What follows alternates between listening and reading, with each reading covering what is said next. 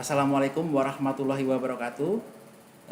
Hari ini saya akan memberikan kuliah materi reformasi ABRI TNI untuk mahasiswa Prodi S2 Manajemen Pertahanan Fakultas Manajemen Pertahanan Unhan.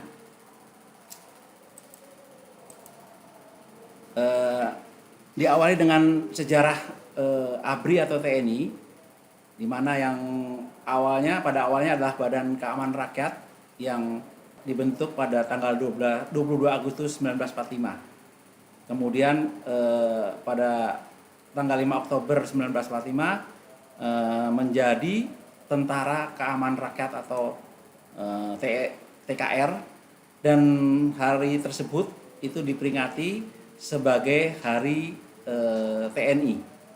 Kemudian pada tanggal 23 Januari 1946 TKR berubah menjadi Tentara Republik Indonesia atau TRI. Dan pada tanggal 3 Juli 1947 berubah menjadi Tentara Nasional Indonesia atau TNI. Namun pada tahun 1962 TNI dan Polri bergabung menjadi Angkatan Bersenjata Republik Indonesia atau ABRI. Tanggal 13 November 1958 Jenderal A.H. Nasution mengusulkan konsep jalan tengah yang memberikan kesempatan bagi militer di panggung politik.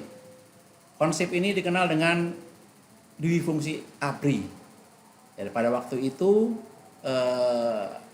anggota ABRI, TNI Polri itu memiliki perwakilan di legislatif, di Dewan Perwakilan Rakyat di tingkat pusat maupun di tingkat daerah. Dan setelah reformasi pada 1 April 1999 dikeluarkan Instruksi Presiden Republik Indonesia nomor 2 tahun 1999 tentang langkah-langkah kebijakan dalam rangka pemisahan Polri dari ABRI. Nah, ini sejarah singkat yang tadi saya sampaikan ya, mulai dari BKR, kemudian TKR, TRI, TNI, ABRI, dan kemudian dipisah menjadi TNI dan Polri. Kemudian untuk sejarah difungsi ABRI ya, yang digagas oleh Bapak Jenderal Abdul Haris Nasution dengan tujuan memberi akses kepada tentara aktif untuk ikut serta menentukan kebijakan negara. Masa Orde Baru, konsep ini dimatangkan dan membuka kesempatan seluas-luasnya kepada militer aktif untuk menikmati kehidupan politik di dalam pemerintahan. Ya. Kemudian pada masa reformasi, ya 1998 menghendaki penghapusan difungsi ABRI yang diwujudkan dengan tidak lagi melibatkan diri dalam politik partisan kekuasaan, menghapus fraksi TNI Polri dari parlemen, kemudian tidak lagi menempatkan prajurit aktif TNI dalam jabatan sipil. Ini adalah data-data ya dari media tentang tragedi kerusuhan Mei 1998 pada saat Presiden Soeharto akhirnya mengundurkan diri ya. Cukup banyak korban ya dari kalangan mahasiswa, termasuk juga beberapa dari masyarakat sipil. Gerakan reformasi 1998 yang akhirnya berhasil dengan mundurnya Presiden Soeharto dan digantikan oleh Wakil Presiden ya, Profesor Dr. Habibie itu dilantik menjadi presiden. 6 tuntutan reformasi yaitu 1. Penegakan supremasi hukum, 2. Pemberantasan KKN, 3. Pengadilan mantan Presiden Soeharto dan kroni-kroninya, 4. Amandemen konstitusi. Ini sampai saat ini Undang-Undang Dasar sudah diamandemen sampai dengan yang keempat kali ya, sampai amandemen keempat. Kemudian kelima, pencabutan dewi fungsi ABRI, ya, dan pemberian otonomi daerah seluas-luasnya, ya. Poin-poin dari reformasi internal TNI. Yang pertama adalah menghapus fraksi ABRI di parlemen. TNI harus menghindari bentuk organisasi yang dapat menjadi peluang bagi kepentingan politik praktis. Kemudian Panglima TNI berada di bawah Kementerian Pertahanan. Ini sebaliknya untuk Kapolri itu tidak berada di bawah kementerian, ya. Jadi ini juga cukup menimbulkan dilema saat ini. Kemudian yang ketiga, militer tidak diperkenankan berbisnis. Yang keempat, meningkatkan anggaran kesejahteraan prajurit. Yang kelima, reformasi peradilan militer. Tentara Nasional Indonesia, TNI tunduk kepada kekuasaan peradilan militer dalam hal pelanggaran hukum militer dan tunduk kepada kekuasaan peradilan umum dalam hal pelanggaran hukum pidana umum. Dan yang terakhir adalah modernisasi alutsista. Kemudian struktur organisasi Mabes TNI, ya, yang ada di slide ini adalah yang terakhir, di mana organisasi ini sudah berkembang lebih besar, ya, karena selain di tingkat organisasi UU Mabes TNI, di mana ada pengembangan organisasi baru seperti Kodiklat TNI, Pusat Kerjasama Internasional, ya. Di samping itu juga untuk organisasi kewilayahan, di mana dibentuk 3 Kogab, Komando Gabungan Kewilayahan. Yang Kogab satunya itu di wilayah barat, ada di Tanjung Pinang, Kepulauan Riau. Kogab 2-nya itu ada di Makassar, dan Kogab 3-nya itu ada di Sorong, di Papua Barat. Kondisi TNI saat ini, ya, untuk sumber daya manusia ada 800.000 personil militer, ya, 400.000 personil aktif dan 400.000 komponen cadangan. Kekuatan udara terdiri dari 41 pesawat tempur, 31 pesawat serangan khusus, 51 pesawat angkut, 109 pesawat latih, 5 pesawat intai, 177 helikopter, dan 16 helikopter tempur.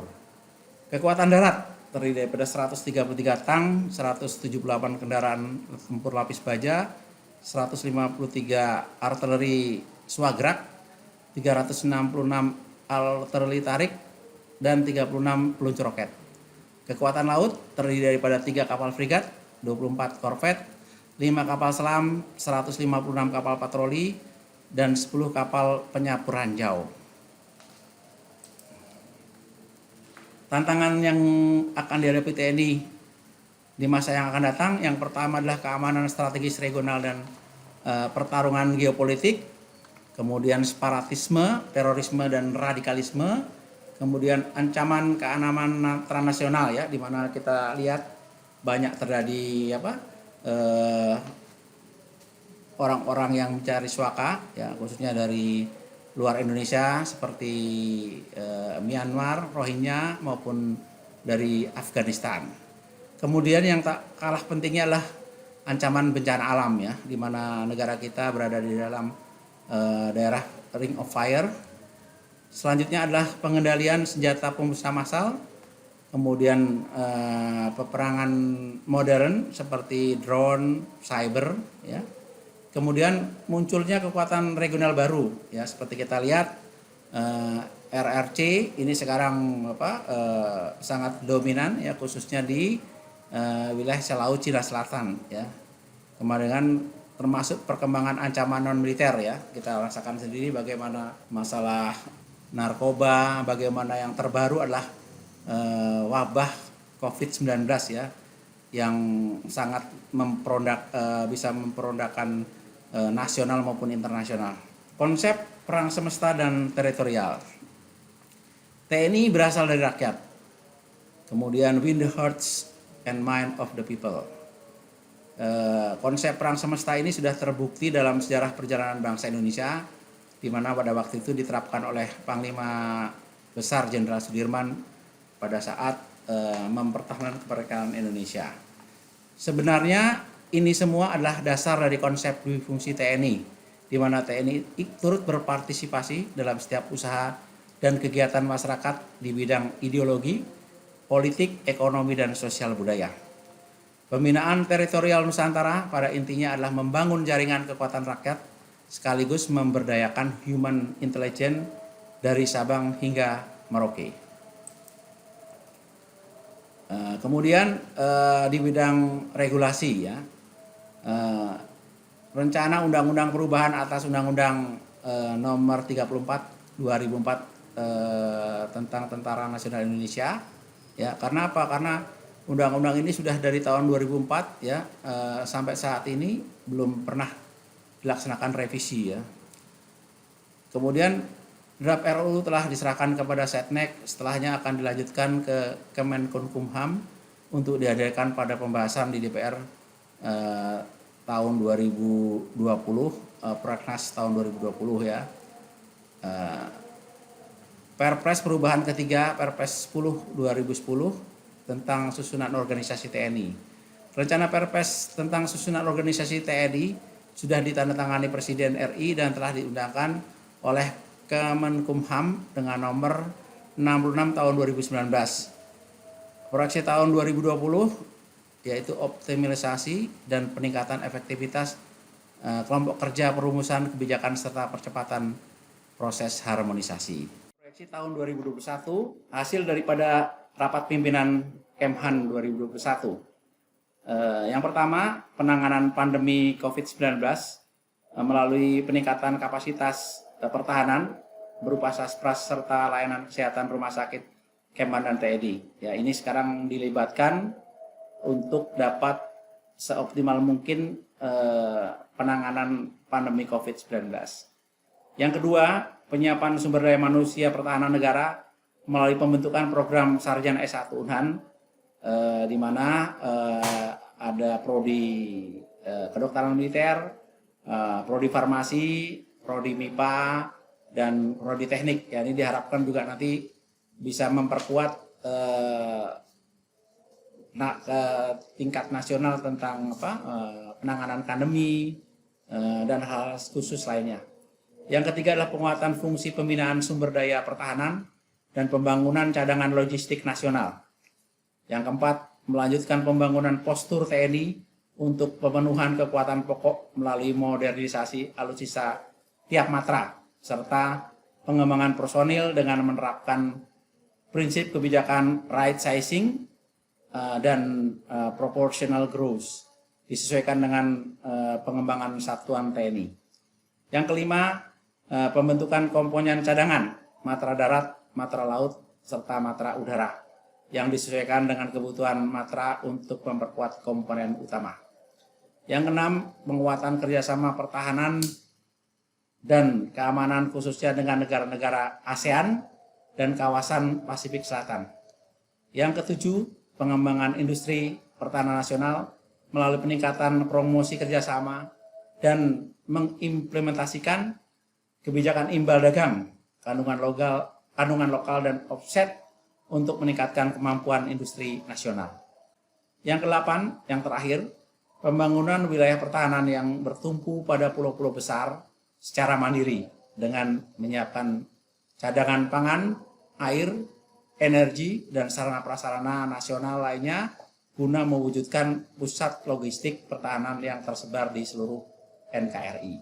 Di sini dijelaskan tentang rekapitulasi kekuatan prajurit TNI per September 2019 ya, di mana perwira tinggi, perwira menengah, ya, perwira pertama sampai dengan eselon bintara tamtama ya. Yang terakhir berjumlah keseluruhannya adalah 423.594 anggota TNI aktif. Kemudian kekuatan PNS Kemhan TNI ya, itu seluruhnya ada 52.653 orang ya, cukup banyak ya, karena memang PNS di lingkungan Kemhan TNI ini sangat membantu tugas-tugas TNI khususnya di bidang dukungan staf dan logistik. Selanjutnya kita masuk kepada perkembangan lingkungan strategis. Ya. Lingkungan keamanan strategis di sekitar Indonesia, ya, diantaranya adalah keamanan strategis regional dan pertarungan geopolitik. Ya, kita melihat sendiri bagaimana khususnya kondisi di Laut Cina Selatan, ya, selalu hangat karena kebijakan Cina dalam menerapkan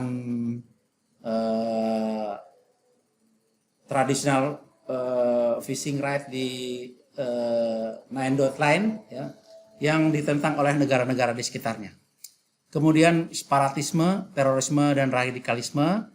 Selanjutnya adalah ancaman keamanan transnasional, bencana alam, ya, yang silih berganti di tanah air karena kita dikenal sebagai Ring of Fire.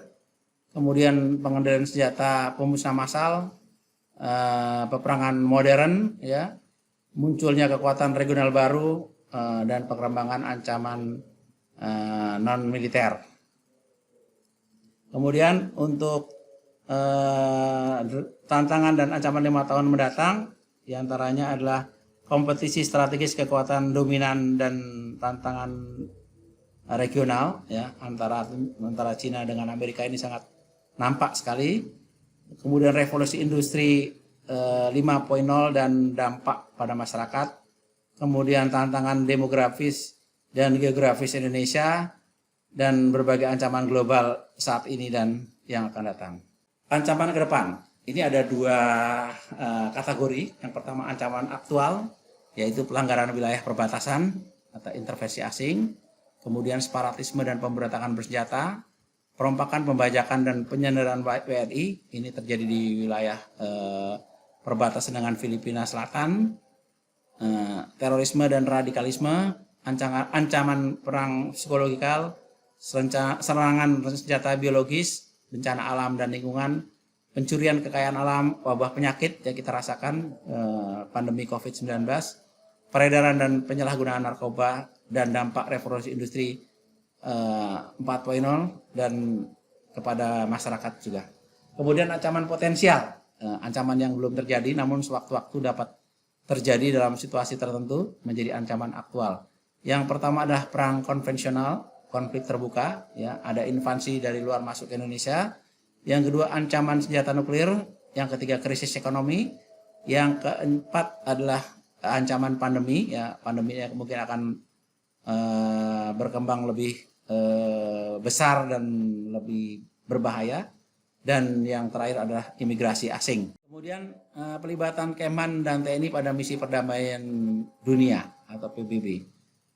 Melanjutkan visi 4.000 peacekeeper, ya, yang ada saat ini, standby force pada UNPCRS adalah 1 engineering company, 2 explosive ordnance disposal IOD platoon, kemudian signal company atau perhubungan, military police company, transportation company, infantry battalion, quick response force, dan force protection company, ya.